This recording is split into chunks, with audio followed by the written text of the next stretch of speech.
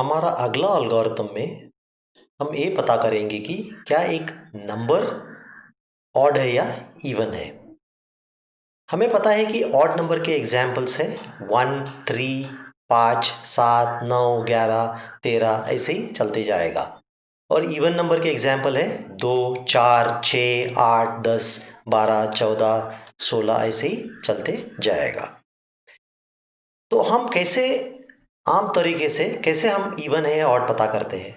अगर अगर हमारे पास कोई नंबर है, अगर हम उस नंबर का विभाजन करें और विभाजन करने के बाद अगर उसका शेष यानी रिमाइंडर होगा 0, तब हम ऐसे नंबर को इवन कहेंगे। अगर शेष 0 नहीं होगा तब ऐसे नंबर को हम ऑड कहेंगे।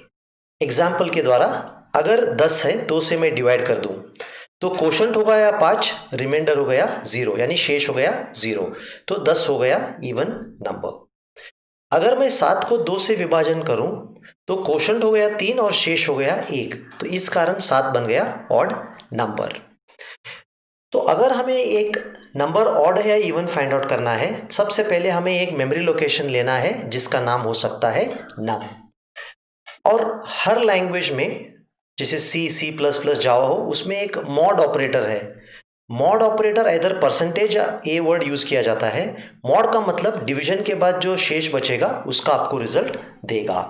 तो सबसे पहले हम क्या करेंगे, हम ये पता लगाएंगे कि नंबर का इनिशियल वैल्यू क्या होगा। नंबर का इनिशियल वैल्यू होगा 0।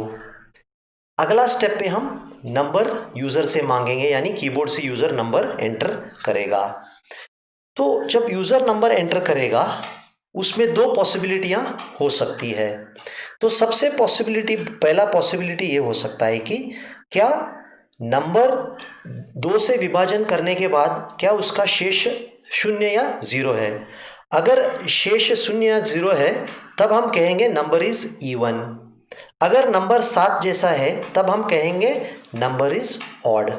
तो ये था एक सिंपल इफ और एल्स स्टेटमेंट से हम ये पता लगा सकते थे कि नंबर इवन है या ऑड है। तो ये इफ देन, ये दोनों फ्लावर ब्रैकेट से रिलेटेड है, ये एल्स से ये नीचे वाला फ्लावर ब्रैकेट रिलेटेड है। आपको एक चीज ध्यान रखना पड़ेगा, अगर ये इफ कंडीशन सही है या ट्रू होगा तब ये स्टेटमेंट एग्जीक्यूट करके सीधा स्टॉप पे आ जाएगा। अगर ये इफ कंडीशन फॉल्स है तब सिर्फ एल्स एग्जीक्यूट होगा और स्टॉप पे आएगा। ऐसा कभी नहीं हो सकता कि दोनों एग्जीक्यूट हो जाए, 2 में से एक ही एग्जीक्यूट होगा। तो चलिए हम टेस्ट करके देख लेंगे कि क्या ये रिजल्ट सही आ रहा है या नहीं है। तो हमने नंबर 0 है, फर्स्ट इनपुट हमने नंबर 21 करा दिया। 21 हमने अगर 2 से विभाजन कर दिया, शेष आएगा 1, तब ये कंडीशन 0 नहीं है, फॉल्स हो गया। क्योंकि ये फॉल्स हो गया हम एल्स पे आ जाएंगे, 21 इज अ ऑड नंबर कह के ये प्रोग्राम हॉल्ट होगा। अब सेकेंड नंबर हो गया 26 सेकेंड टेस्ट में।